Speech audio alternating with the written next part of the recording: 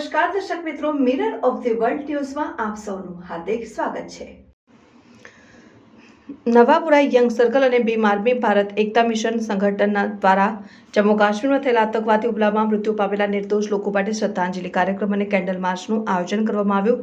કાર્યક્રમમાં નવાપુરા વિસ્તારના પુરુષો, મહિલાઓ, બાળકો અને ભીમ આર્મીના કાર્યકર્તાઓ મોટી સંખ્યામાં ઉપસ્થિત રહ્યા હતા। નવાપુરાથી કેન્ડલ માર્ચ સ્વરૂપે ન્યાય મંદિર, શહીદ ભગતસિંહ ચોક સુધી પહોંચી આતંકવાદી હુમલામાં મૃત્યુ પામેલા લોકોને શ્રદ્ધાંજલિ આપી હતી અને શહીદ ભગતસિંહ જૂને ફૂલ અર્પણ કર્યા હતા અને ત્યારબાદ સામાજિક આગેવાનો દ્વારા પાકિસ્તાન મુર્દાબાદ, આતંકવાદી મુર્દાબાદ અને આતંકવાદી કૃત્ય કરતા નિર્દોષોનો જીવ લેતા એવા તમામ લોકોને નેસ્તનાબૂદ કરવામાં આવે અને ભારત દેશની તમામ જનતા સરકાર સાથે ખભેથી ખભે મિલાવીને ઊભી છે તેમ જણાવ્યું હતું। કાર્યક્રમમાં લોકોએ સ્વયંભૂ ભાગ લીધો હતો અને આતંકવાદી હુમલામાં મૃત્યુ પામેલા લોકોને શ્રદ્ધાંજલિ આપી હતી।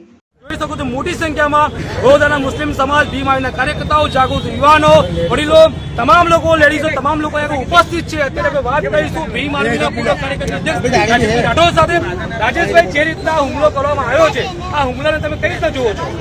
પહેલી વાત તો આ હુમલો થવો જ ના જોઈએ। ભારત દેશમાં કાશ્મીર એકદમ સંવેદનશીલ વિસ્તાર છે અને ત્યાં ગાડી અંદર અખરોટ પણ નાખવો જ, અખરોટ લઈ જવાય કેવી સુરક્ષા ત્યાં ગાડી છે। તો આતંકવાદીઓ આ હથિયારો લઈને ઘૂસ્યા કેવી રીતે? કારણ કે મારો દોસ્ત એવું કે અમારે કઈ ફોડ લઈને જવું હોય ને તો 50 જગ્યા વાળું ચેકિંગ થાય છે।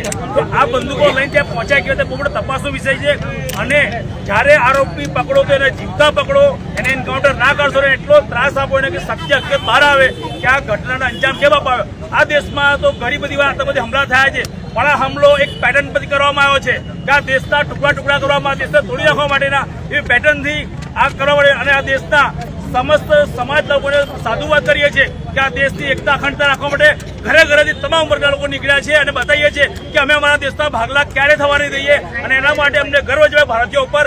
અને આજે જે મુસ્લિમ સમાજે પોતાની સંવેદના વ્યક્ત કરી છે, ત્યાં કાશ્મીરે પોતાની સંવેદના વ્યક્ત કરી, ત્યાં આગળ મુસ્લિમો પણ બલિદાન થયા છે અને એક તરફથી એક મોદી મીડિયા કહેવાય કે જ્યાં દેશો ખોટા મેસેજ આપ્યા હતા કે હિન્દુ કર્યું, એકદમ ખોટી વસ્તુ છે। આ દેશના તમામ નાગરિક, આ ભારતનું બંધારણ બધાને કે દેશ ધર્મ નિરપેક્ષ દેશ છે, બધાનો દેશ છે, પણ અત્યારે ચંદ મુઠ્ઠીભર લોકો કોઈને ખુશ કરવા માટે થઈને આ દેશને તોડવાના કામ કરી રહ્યા છે। આ દેશના તમામ નાગરિકની જરૂરત છે કે આ દેશને ક્યારે પણ ભાગલા ન થવા જાય।